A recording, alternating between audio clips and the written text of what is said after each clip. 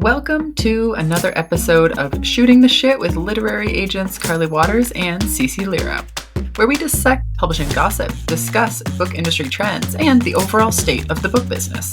If you've ever wanted to grab a coffee with two literary agents, grab your mug and pull up a chair.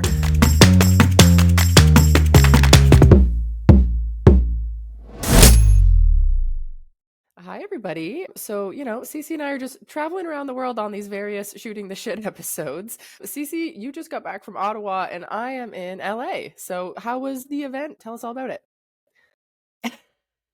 I'm laughing because, okay, I feel like I was in a rom-com minus the rom, minus all the rom, and all of the com. This was my story, guys. Okay, so I was going to take the train, but then I found out that the train sometimes is delayed and taking the train is not smart, which surprised me because I'm like, airplanes get delayed, but not trains. But I'm like, fine, I don't know how things work, so I will take a plane. So last minute, I decided to fly there, and my flight was supposed to leave at noon and arrive there at 1. Right. And the book launch wasn't until 6:30. So in my mind, even if there was a delay, like I was going to get there in time. In Ottawa, there's right? like no amount of traffic that could like get in the way of that. Yeah. It's like a 20-minute ride from the airport. So I'm like, Mhm. I'm good. So I arrive at the airport, plenty of time. I'm one of those people who I'm always like early because I, have massive anxiety and I like being prepared. I like being early. I prefer to wait and not be surprised by delays. So I'm there and we get a message saying, your flight has been delayed. It will now leave at 1. And I'm like, that's fine. I will get there at 2. There's still plenty of time. I actually thought to myself, because I was checking into a hotel, that's actually better because I probably won't have to wait to check in. Whereas if I had arrived at 1, I might have to wait. So like, I'm totally fine. I'm like, this is why I arrived early. This is why I gave myself all this extra time. And then there was a mechanical issue and it was delayed again. And then after the mechanical issue, the flight was canceled due to unforeseen mechanical issues, which you never want to hear, right? So my flight was canceled. Like, was this at a Pearson or was this at the Island Airport? Island City Airport. Oh. Yeah, the tiny one that's adorable and cute and has a Balzac's. Mm-hmm. Anyway, so I'm thinking to myself, I need to get rebooked. And the speaker announcement thingy said, you'll be rebooked in 15 minutes. Just check your emails. But of course, like, I'm not going to wait 15 minutes. I'm too anxious for that. So I go up to the information desk and I'm like, hi, I know you guys are probably hearing from all sorts of people with all sorts of problems. I actually have a very serious reason to be there. I have this event. It's a book launch. And for context, I'm feeling extra insecure about my nails. So I'm going to show my nails in case people are watching via Zoom. You can see like it's a gel mani situation where look at the growth, right? Like a lot of growth. And I'm going to get them done this weekend because of Hawaii. And I couldn't get them done like 2 weekends in a row. That's too much. So I'm like not feeling great about my nails. And I keep noticing that the woman who I'm talking to keeps looking at my nails. And I'm like, please don't make me feel worse about my nails, which is ridiculous. I'm the only person worrying about my nails, but also she kept looking at my hands. So I'm like, look, I have this book launch. It's really important. I'm not just going to the book launch. I'm going to be in conversation with the author. The author's my client. She's amazing. You don't understand. Everybody needs this book. And she keeps looking at my hands. And finally, she turns to me and she says, is this the book? So she wasn't looking at my nails. She was looking at the book I was holding. Because I didn't even realize I was holding the book because I was reading the like you're always holding a book. I mean, we're just carrying it around. It's great. And like also I was like reviewing my questions for Tracy, right? Because I wanted to have the book for the questions. And so she goes, is this the book? And I go, yes, it's the book. And so if you're watching us on YouTube, I'm holding up You, Your Husband, and His Mother by Dr. Tracy Dalgleish. It's a really fun cover. There are triangles on the cover. And she goes, is this the book? And I'm like, yeah, it's the book. And she goes, oh my God, I really need this book.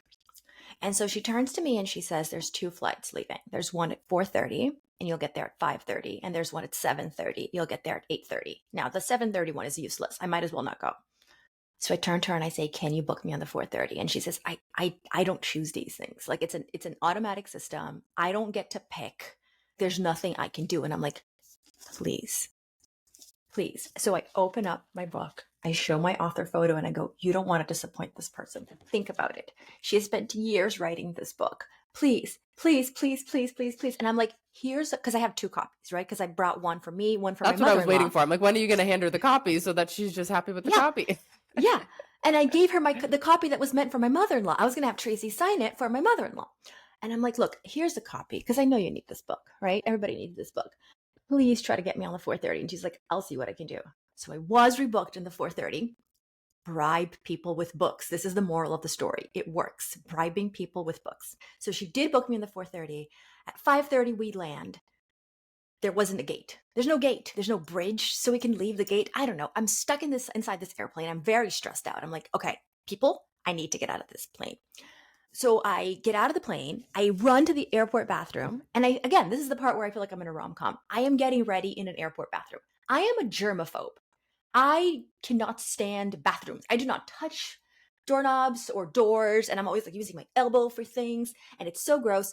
And it was a clean bathroom, but like it's still a public bathroom. So I'm getting ready in the bathroom, putting on my heels, putting on my makeup, feeling like I'm in a movie.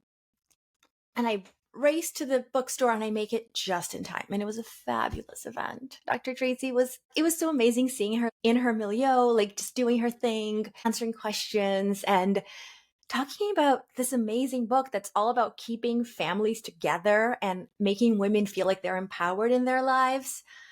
And how you don't have to choose between these things, you know? You don't have to be stuck in the victim-villain binary. You don't have to feel like whatever your issue is with your in-laws is only your issue. You don't have to feel alone, essentially. So I bribed someone with a book to get there, and it worked. And this is the moral of the story. Always have a book for bribes.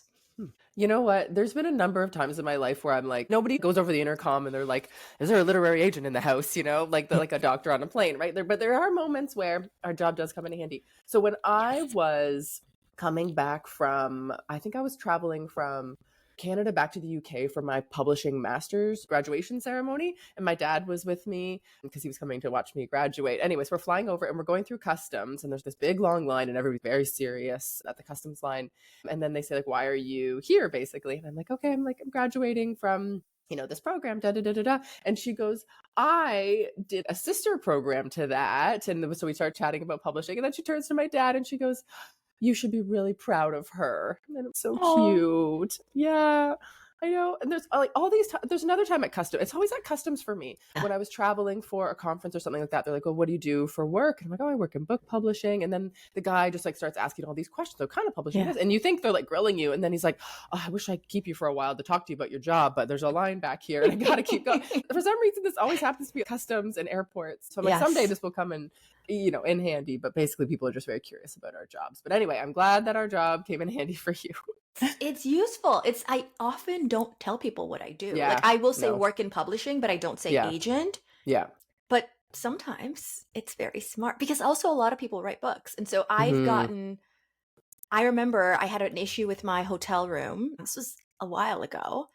And I was like, I need a new hotel room, please. And I just mentioned my job thinking to myself, maybe this person is writing a book. She was writing a book. Actually, a really good hook. She told me the hook and I'm like, this is a really good hook. I hope you can write because the hook is fantastic.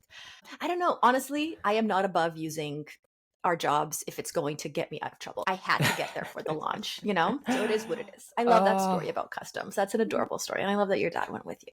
It was really cute. It's like, you should be proud of her. I was like, oh, thank you. That was really cute. Yeah, I don't have any dramatic travel stories. I'm thinking about this trip was pretty smooth. I just landed in LA really. I guess I do have a good story. So I landed in LA pretty late. But anyway, so I pre-booked a car. So this is a funny story. So my first trip to LA, I obviously have to rent a car because, I mean, CeCe, you maybe don't rent a car, you Uber around, but I rent a car basically because it's a lot of driving. So the car that I get, and this was like my first trip to LA, didn't know what I was getting into early on in my career. So I'm like, what is the cheapest car that I can rent? I got a bright green Ford Fiesta, and no shade to Ford Fiestas, but it was just like bright radioactive green. And in LA, I'm like, you know, you pull up to these big agencies and everything's valet. And I was just, anyway, I just felt kind of like I was a bit of a clown car just in the circumstance of, you know, pulling up to all these like Mercedes and Porsches. And anyway, so my little bright green Ford Fiesta didn't have power windows, CeCe. Did not have power windows. So the valet so you had to like do the crank. It was a crank. So anybody that's like Gen Z maybe doesn't know, but we used to have to crank our windows. So the valet comes up to me at UTA and he comes up to the passenger side because like that's the side he's on and he's trying to talk to me. And I was like, you need to come around to this side. And then he's like, put down the window. And then I reach over and like crank my window down. He was like, oh my God, this is so embarrassing. Like, go park over there. Anyway, so ma'am, are you sure you're in the right place? Like, I can just make sure. You took a wrong turn. So this time I pre-booked a luxury sedan. It doesn't say what luxury is, right? But I was like, Yeah. okay, I'm moving up in the world. I'm gonna Yeah. pre-book Yeah. my luxury Yeah. sedan. Good for you. Anyway, so I get to the counter. It's 11 o'clock Pacific, so it's like 3 o'clock, almost. Anyway, middle of the night Eastern time. So I get there, I'm like waiting in line, and I finally get to the counter to talk to the guy, and he notices that I had already inputted all of my information into this like app system. He's like, "Oh my gosh, thank you so much for inputting, like, so I don't have to retype everything." He's like, "I'll give you whatever you want." And then he looks and he says that I already requested a luxury sedan or whatever. So then he goes, "Let me see what luxury cars we have left." And I was like, oh God, now I'm gonna, anyway, full circle moment. I'm just getting whatever like beater they have left. And I sound very car elitist, but LA is a very car driven town, right? Because it's a lot of driving. So anyway, he's like, "I have a Mercedes for you. It's a enormous 3-row SUV and it's so big and it's just me." And I'm like, oh my gosh. So I'm driving around in this very, very large Mercedes. That's terrible. Because big cars are harder to drive, aren't they? Like, I feel like they are. It's decent. It's good at parking, and I do feel like the valets will hopefully take good care of it. But yeah, I do feel a bit like merging, and I'm like, nobody hit this thing. To quote Cher from Clueless, yeah, when people, I think it was her stepbrother, who then became her boyfriend, asked her if she wanted to practice parking. She says, "What's the point? Everywhere you go has valet. So at least you don't have to park." I barely have to park. I have to park at Netflix. So I do want to get into my meetings. I know we've been chit-chatting so much about travel. Sorry, everybody. So we need to go through my meetings. So I've had 2 days of meetings so far. But where do you want to start? Do you want to start with meetings or do you want to start with other stuff? What's on your mind? Meetings. CeCe? Meetings are fun. Okay. I want to know if there are any updates from the last time I went. I went in March. And I want to know if the stuff you're saying is going to match the stuff that was said in March or if there have been developments. So I'm very curious. So this isn't new, but this kept coming up on Monday repeatedly. And I think I talked about this last time that I was in LA, but people are still talking about short stories. Were they talking about short stories? So I think we did talk March, about this. One person talked about it, but yes. I actually have a fun update on that, but yeah. Multiple people were talking about short stories. And I think we made fun of this because it's like, we're not saying that people in LA don't read, but is it easier for us to just like hand somebody a hook and a plot and something that they can read in a shorter amount of time? Is that useful? Yes. And it used to be that the short story had to be published, but now people are saying the short story doesn't even have to be published. It just has to be the short story. So there's a lot of like short story sale adaptations. CeCe, but what were you going to say about an update on this?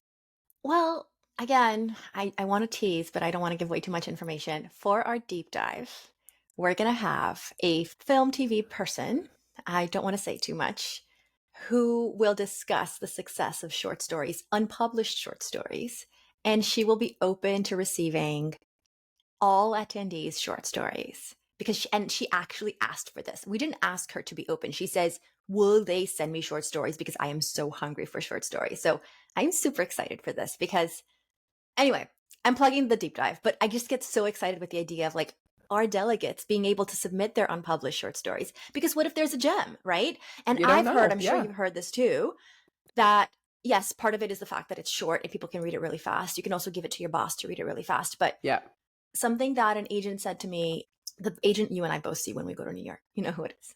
Yeah. She said, if it's beautiful and literary, it's almost an automatic no, because that's usually not good for adaptations. It usually has to be like super commercial, super fun. I don't know if that's what people have been telling you. Yeah, they didn't talk too much about the plot of it. I mean, we can get into themes and things like that, but it was just the short story. And what surprised me was just the fact that it didn't have to be published. That because it used to be, people would say, short stories, it could even be Substack. It just needs to be out there. But now it actually doesn't even matter because people want to know if they're connecting with it, right? How many views it's getting. But anyway, so I think one of the more interesting things somebody said to me, which was an agent at a really large agency, one of my co-agents, she said in her career, so she's been doing this about, let's say 20 years, this is the time where she feels like the book world and the TV film world are at their most disparate ends. Because there's a lot of times where what's happening in publishing is similar to what's happening in TV film. But she's like, right now, I actually feel like these two worlds are very far apart right now. So I found that really interesting. And I'll go through some of the reasons. So Yeah, I was gonna say, how so? It's so interesting. Yeah. Yeah, so one of the main things that's coming up right now, and again, this came up in multiple meetings, was so the publishing industry, as you guys know, we've talked about this before, which is a very female-driven industry, right? It's, a lot of female authors, a lot of books published for the female market in terms of like book club books, and pretty much every genre really is tailored in that way. There are some quote unquote more male categories, such as, those airport dad thrillers or some of that like really serious historicals, the type of books that people buy for their dads or, father-in-law, stepdads, that sort of stuff for Christmas. So there are some dad categories. But anyway, generally publishing is seen as a more of like a female-driven industry. So, but she was saying that, and multiple people were saying this, that what people want are very uber masculine adaptations right now, which is interesting. So like the spy thrillers, the Sons of Anarchy, like Task, people talked about Task, them wanting things like that. So that was really interesting, that this like push for very masculine, uber masculine, hyper masculine characters and shows. So that was kind of one of those things where it's like, huh. I've heard it being called guys with guns solving problems.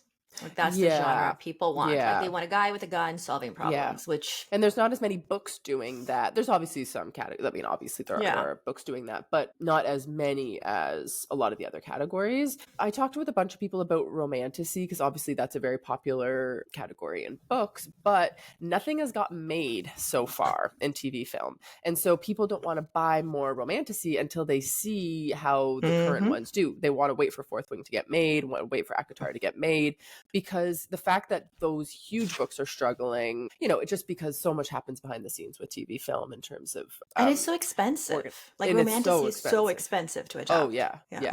So they want the proof of concept, right? That makes sense. Yes. And so there's that. I talked with a number of people about dark romance, and some of them are, because again, that's another category that's really hot in publishing right now, but they are not really seeing it very big here. They call it erotic thrillers, is like kind of the TV film equivalent of it. But I think one of the things somebody said that was really interesting was on the page, and we've talked about dark romance on the show before, so I think everybody's kind of familiar with it, but it comes across very different on the page when it's an imagination thing in your mind versus seeing it on the screen. The like ick factor of some of these dark romances would be very different to portray on the screen versus a read. And people were not confident that it could be done in a way that was, I don't know, just right. So if it's more of an erotic thriller, yes, but like icky, gray zone, dark romance will be, I think, it will be hard pressed to find a lot of these types of sales. But again, you never know. There's obviously, 50 Shades of Grey, et cetera, et cetera. So there will be some, but it's like, it's just one of those things where, it's just because something's doing really well in publishing doesn't actually mean it's something that people are looking for. And the other thing to mention is we are kind of seeing the results of the writer's strike. So the writer's strike happened 2 years ago, and people weren't buying during that time because things weren't happening. And so that window of when they were buying, now is the time that stuff would have been coming out. And so we're not seeing as much stuff kind of actually coming out because of that. And so there's layoffs, there's consolidations. I heard one docu team at a big production company that people would know, they shuttered the docu team. So there's like a lot of consolidation, everybody kind of looking at their budgets and things like that. So it's not as like boom times as it was when the streamers were looking for so much IP. But people definitely say they're looking for the same type of thing, which is everybody's always looking for big sweeping love stories. I know CeCe probably, we talked about this last time when you were in LA, legal thrillers. So people are still looking for spy, espionage, that type of thing, but it does lead to more of that. The stuff we were talking about with more hyper masculine. What else? People are still looking for high concept, book club, voicey, all of that stuff. So it's more just, does that project connect with that co-agent or that partner? Have they mentioned anything about what's saturated? I remember when I went, the saturated categories were domestic suspense, because it just felt like every book felt like the same, and they were like, it needs to be really fresh, really interesting. And then another one was also rom-coms. People were saying like there's just too many that feel like the same, and they don't feel fresh and original enough. I don't know if that's still true or like what people are saying. There's definitely a lot. It's just what's going to differentiate the romance rom-com category. That's a big thing. There has to be something that will make it stand out and be a vehicle, because all of these guys are thinking about what is a vehicle for somebody, or what are the mandates that I got. So for example, like somebody named like a big name actor, again, somebody that everybody would know, and they're like, oh, he's looking for this, like his people told us he wants this, or he came into a meeting sat down and told Yeah. us this. And so it's like, in this example, he's looking for a historical.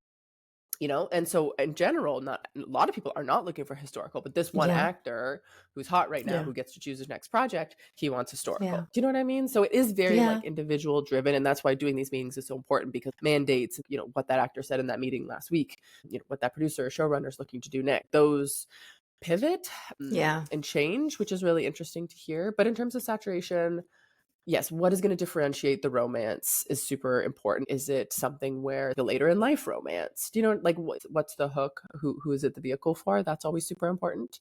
What else was I going to say? Oh, I had heard that they're getting a lot of time travel, which is interesting. And yeah, I'm just trying to see all my notes.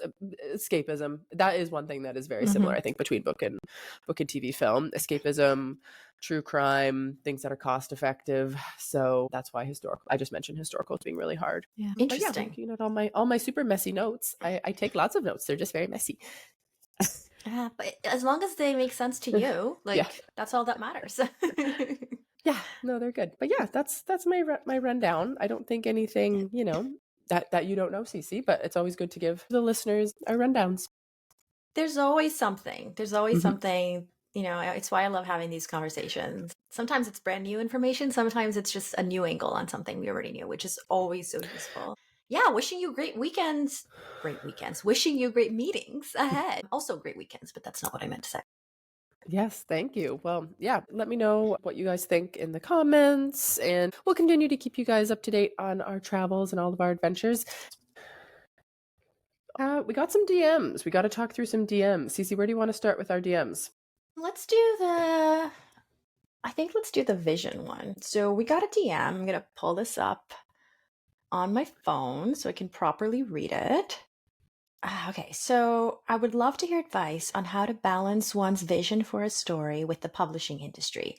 I know you guys have talked a bit about this before, but I'm using NaNoWriMo, which we'll talk about in a while, to write a story about body image and fat phobia, but I want to make it gritty and intense. And sometimes I fear it would be too much for traditional publishing. How does one know what's too much for traditional publishing? And then they send all this really sweet message about our show and how much they appreciate it. And we appreciate that so much. So yeah, this question of, I want to write something. In this person's case, it's about body image, fat phobia, and they want to make it gritty and intense, and they're worried it's too much. So the question is, how does one know it's too much? I feel like this is a really important topic, and it's also a very big topic. Like, it's very untethered. I don't know if you want to kick us off, Carly. I mean, I guess I don't really have a clear answer, because I'm not really sure I fully understand the question. Like, what is too much? I kind of just explained, with dark romance, and there's like ick factors and things like that. But like too much? I guess I don't really understand what they mean by too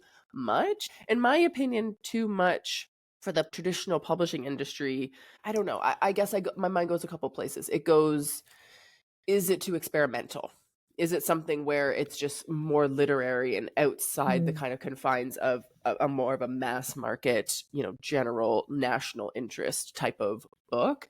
Sometimes something being too niche, but this doesn't sound like a niche topic. So then I'm like, I don't really know why this maybe would be too much. So to me, it sounds right on the nose. So sometimes when like something feels uncomfortable, or you're uncovering something, that's actually a good thing. And that's not like I'm being too much. I think this person's asking, what would the reception be? And would the reception be negative?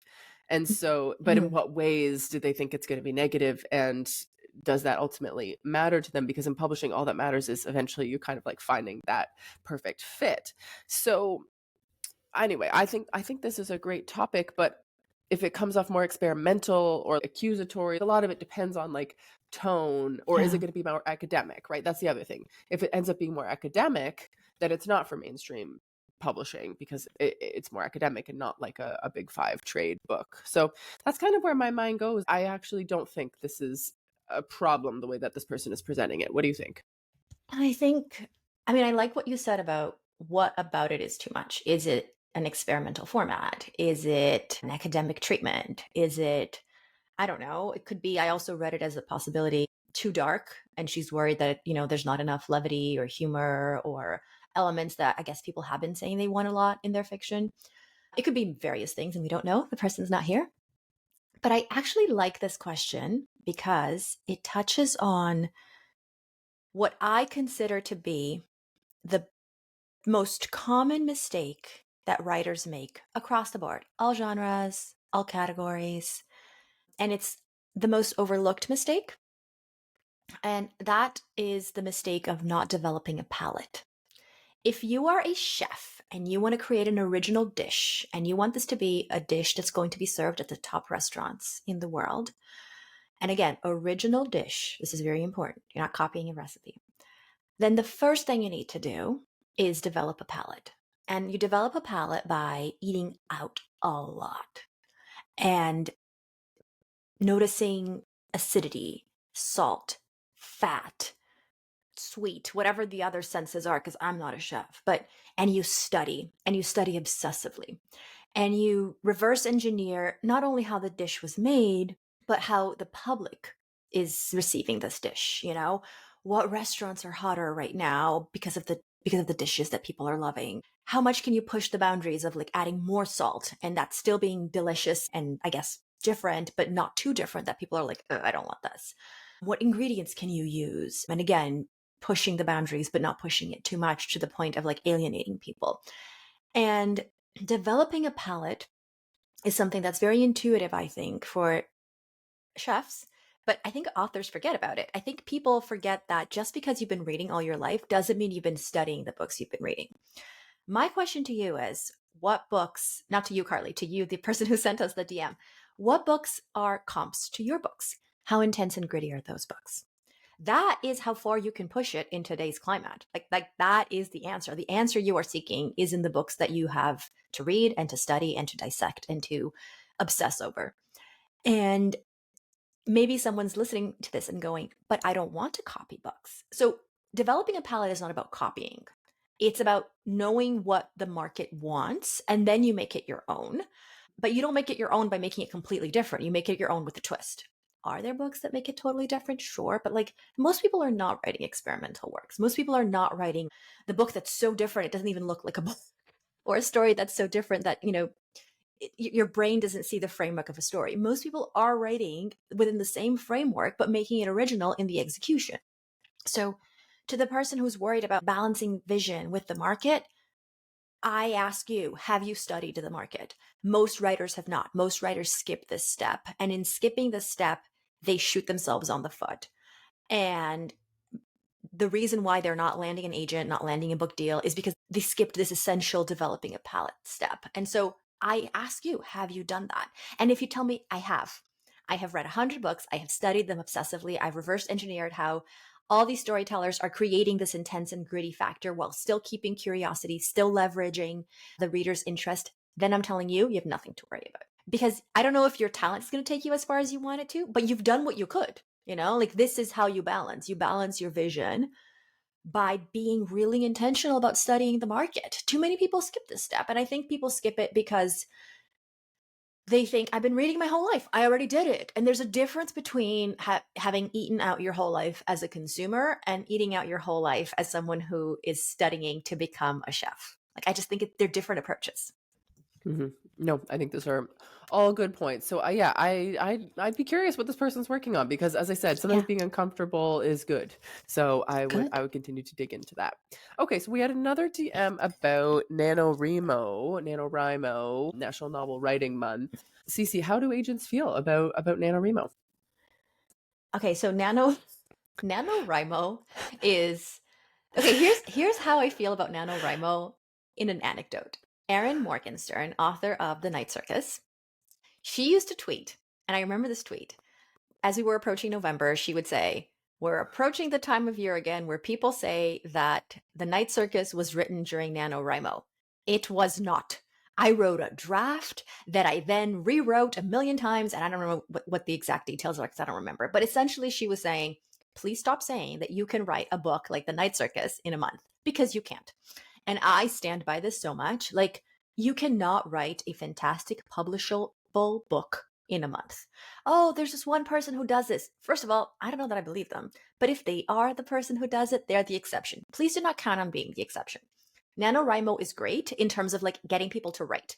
if there is a month, whether it's November or another month, when which people are going to carve out time for their writing and get excited about it, love that. Love that. So excited for you.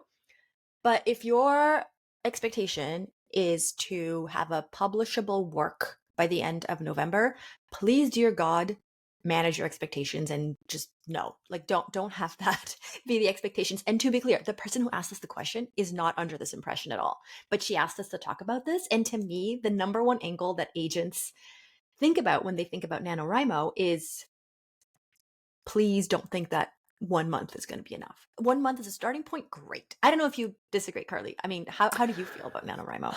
No, everything you say is completely true. I think one of the things that I like about it is people making a conscious decision to be committed to their craft. I find that very admirable. It's kind of like when somebody decides, like, I'm going to do a marathon, I'm going to train for something. To me, it's such a signal that they are taking it really seriously, because you have to make decision and priority shifts that will center this as the central main character energy, like focal point of your life. You have to tell the people in your life, like, hey, I'm prioritizing this month. This is important to me. Here's why. Can you pick up the slack with childcare, with meal prep, with cleaning the house? Every spare minute that I get this month, I'm going to be focusing on this. And I think it's like claiming that energy, claiming that space for yourself, for your passion, is very important. So I really connect deeply with writers who feel like that is going to help them on their footing. It's kind of just like that kickstart to be like, again, it's a draft. By no means am I saying that they're going to write a publishable manuscript, just because there's not enough hours in the day. Let's be real, right? Because most people have jobs. So like they have to do their day job and they have to do this, and it's obviously just a lot. So that's the piece that I connect with the most. So I don't really like to downplay how important that mindset shift and establishing those goals, those routines, that sense of community, that sense of working for what you want without shame. I find that very empowering. So I do like that. But CeCe hit on all the important points, which is don't query it. Don't query it in December, right? Like you need to spend another year working on this. And I think you mentioned the most important word of all, priority. Like, if you're making writing your priority, this can be a great opportunity. It doesn't work for everyone, but that's okay. Most things don't work for everyone. So I love that. I love that you mentioned priority. And I think that it's really refreshing and inspiring to see writers, hunkering down and being like, this is going to be my NaNoWriMo and I'm going to make it count. Like, awesome. Like, so awesome. I just think that, in the same way that you wouldn't plant a seed and expect to have a tree at the end of a month, you don't expect to have a publishable novel by the end of the month. And, this person also asked us about tips and such. I think Carly always gives this great tip, which you kind of mentioned now, which is meal prep. Have someone else prep your meals. Like, you cannot, because we have to eat every day. And like, if you can find a way to make mealtime easier, that's a great tip, I think. Another really awesome tip, I think, is, and again, this doesn't work for all people, but having a buddy system, where you can all hold each other accountable and cheer each other on. And if you don't make it in one day, you can be like, that's okay. You can make it the next day. I feel like that's super helpful too. Above all, like you said, it's about the priority. And I love that. Yeah. No, it's true. I like, if you can, and if you have a writer in your life, gift them a food service for them, like the food box services, the food delivery services. That's a great gift for somebody who's in their editing cave or in their writing cave, because, they can tailor to different food preferences and allergies and things like that. Anyway, that's a hot tip as we move into the holiday season. Hot tip. Okay. So hot tip. So, it seems like this conversation around slow periods, dead periods is unrelenting. People don't seem to want to give up this conversation about when they should be querying. So, CeCe, do you want to talk about the DM we got about this one? Yeah, I'll read it out for you guys. Again, there's a lovely note in the beginning, and she says, I'm wondering if you and Carly could talk about if there are any slower or, quote, dead, unquote, periods over the next few months of agents not acting on new projects or looking at their query inbox as much, etc. As a writer who is getting ready to query my work, I'm curious if it's better to wait until the new year or if it truly doesn't matter / depends on the agent. This is a lovely, lovely person. I've interacted with them online before, and I feel like I feel like you're so right. This is an unrelenting topic, and for good reason. It's kind of, again, this is kind of like the stock market. If you invest in the stock market, you can learn all sorts of things about, this is how you diversify your portfolio. These are the companies that you might want to invest if you have an aggressive standpoint or a conservative standpoint, or, I guess a hybrid one. But people typically, what they obsess over is the timing. But what's the right time? And no matter how many times people say, don't try to time the market, because nobody has a crystal ball, people still obsess over the timing, as opposed to obsessing over the whole, like, let me learn about how to diversify my portfolio. But anyway, that's my stock market analogy. It's a perfect analogy. And there's also been studies about, like, whether you put in a little bit a month versus lump sums, like how it all, it's just like dollar cost averaging. Yeah, people do that. exactly. Yeah. So I think that's a great analogy. If we had an answer to this question, it would make everybody's life easier, right? Because then be like, okay, well, then we will wait till January. Or Carly said that I should query now because younger agents are hungry to sign new clients before the end of the year. Or more established agents are just trying to make it to the end of the year so that they can just like breathe for 2 weeks. So I do think, everybody is going to be in their own headspace about it. But the best agents know when they see something great. So it's not a matter of like, oh, I'm not going to look at it, or, oh, this timing doesn't work for me as an agent. The timing that works for me as an agent is when I see something great, I reach out and then I read it and I offer rep, because that's my job. And so this whole concept of like, when is the right time? When am I getting an agent in the right mood? What's the right framework for this is like not really helpful, I don't think, because I think coming at it from, I wrote the best book I possibly could. I, edited it to the best of my abilities. I pitched a great book. It is ready now. And because it's ready now is the right time. Now is always the right time when it is ready. So, I mean, obviously agents close for queries, many agencies close for queries at the holiday season or something like that. Like, just follow the guidelines basically is the answer. Yeah. And it's not a revolutionary answer, but this isn't a revolutionary process. We're talking about a system that has, worked this way for a very long time. So good agents will find what they are looking for. And so, yeah, if it's ready, then go. I think so too. I think as much as we would love to have a objective answer, if an agent is open to queries, it's a feasible time. Whether it's the right time for you. I mean, I once heard of someone who did this thing. She made a spreadsheet and she put the names of all the agents she was going to query, but she wrote them in order of the agents I want the most at the top. So I believe the top 10, I think, were like her dream scenario. And she made sure to pick a date in which all of the top 10 were open to queries, but not necessarily the other ones, because she could never find a date where every single one was open. And so maybe that's a strategy you want to consider. I mean, I don't know if it worked or not for her because I never heard back, but this is not someone who writes in my genre at all, but she's a lovely human. And I don't know, I think at the end of the day, you do want to find a time in which most people are not closed, because that's just shooting yourself on the foot. But other than that, like, I don't know, I will say this, I don't look at my query inbox every day. I don't have time to do it every day. But more importantly, I'm not in the right headspace every day. So most agents that I know of look at queries in batches. And so it's probably not going to be looked at on the same day that you are submitting it. It's kind of like laundry day, like the clothes I'm washing on Saturday, laundry day, I didn't wear them all on Saturday. I wore them throughout the week, but I'm addressing the cleaning of those clothes on Saturday. I have the worst analogies to this. You have a lot of them. They're all over the place. Like laundry, stock market, like what's going on today? Like, oh my God. Maybe CeCe just has to do laundry after this, and that's why she's thinking. I do have to do laundry, actually. Yeah. Oh, it's funny. Yeah, no, this is just like a perennial thing, because to me, it just comes from a fear-based position, right? It's like, what if the agent that I want isn't looking at it that day? And it's very fear-based. Yeah. Like, I just think like going in with the headset to win versus going in with the headset not to lose are two different things. And so I just want to encourage people to be on the offense as opposed to the defense here. For a sports analogy to wrap us up. There you go. And of course, that one had to come from you. All right. Well, that is everything for today, guys. Thanks for hanging out with us, and we will see y'all another time. Bye. CeCe Lyra is a literary agent at Wendy Sherman Associates. If you'd like to query CeCe, please refer to the submission guidelines at www.wsherman.com. Carly Waters is a literary agent at PS Literary Agency, but her work on this podcast is not affiliated with the agency, and the views expressed by Carly on this podcast are solely that of her as a podcast co-host and do not necessarily reflect the views, opinions, policies, or position of PS Literary Agency.